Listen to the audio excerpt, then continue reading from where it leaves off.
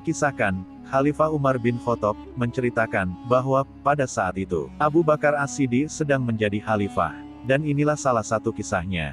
Abu Bakar radhiyallahu an menjadi imam sholat berjamaah dan memimpin doa setelah sholat. Umar radhiyallahu an berkata bahwa setiap selesai sholat subuh, Abu Bakar radhiyallahu an akan pergi menjauhi rumahnya. Dia akan pergi jauh ke tengah padang pasir. Dan Umar pun penasaran, apa yang dilakukan Abu Bakar di luar sana. Lalu Umar mengamati Abu Bakar. Lalu Umar bertanya, kemanakah dia pergi? Suatu hari, Umar berkata kepada dirinya, aku harus mencari tahu. Aku harus mengikutinya dan mencari tahu apa yang dia lakukan. Aku tidak bisa menghilangkan rasa penasaran ini. Akhirnya Umar mengikutinya. Dia menjaga jarak dengan Abu Bakar radhiyallahu an yang berada di ujung jarak pandangnya. Lalu Umar menjelaskan, aku melihat ia masuk ke rumah tua yang sudah lapuk. Dan aku dengan segera bersembunyi, sambil terus memperhatikan. Umar berkata bahwa dia banyak menghabiskan waktu di rumah tersebut. Bukan hanya sebentar, tapi untuk waktu yang lama. Sampai matahari meninggi dan sampai cuacanya semakin panas.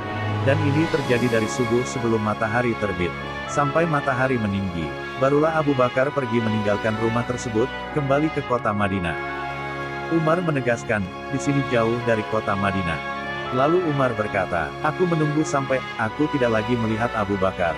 Kemudian, aku mengetuk pintu itu, dan seorang wanita membukakan pintu. Dia tua renta dan lagi buta. Juga banyak anak kecil yang berlarian di rumah itu. Lalu Umar memberi salam. Salam kepadamu dan bagaimana kabarmu ya hamba Allah?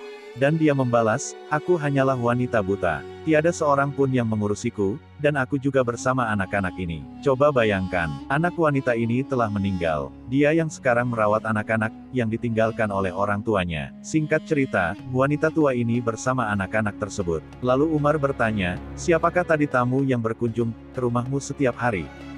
Wanita itu menjawab, aku tidak tahu siapa dirinya, dia tidak pernah menyebutkan namanya. Umar kembali bertanya, lantas, apa yang dia lakukan? Wanita itu menjawab, semoga Allah merahmatinya, setiap pagi dia datang. Dia membersihkan rumah kami, dia mencuci pakaian kami, dia menumbuk gandum kami, dia membuatkan kami roti. Dia membuatkan kami sarapan, lalu pergi setelahnya. Subhanallah.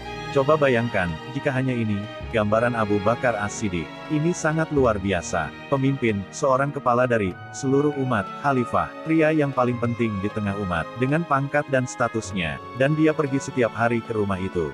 Dan, bahkan dia tidak menyebutkan namanya kepada wanita itu. Dia hanya merahasiakannya, dan benar-benar melakukan kebaikan. Mencuci pakaian, membersihkan rumah, menyiapkan sarapan, dan kembali lagi ke Madinah untuk memimpin umat. Itu benar-benar luar biasa. Umar lantas bertanya kembali, apakah yang dilakukannya setiap hari? Apakah benar-benar setiap hari?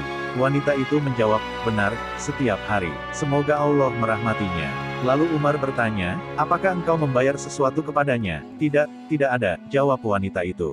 Umar mulai terharu, dan mulai bertanya di dalam hati, Abu Bakar benar-benar telah membuat kami lelah, setiap penggantimu akan lelah mengikutimu, karena ini adalah standar yang hampir mustahil bagi kami menggapainya. Dari kisah ini kita mendapatkan pesan yang sangat penting di sini.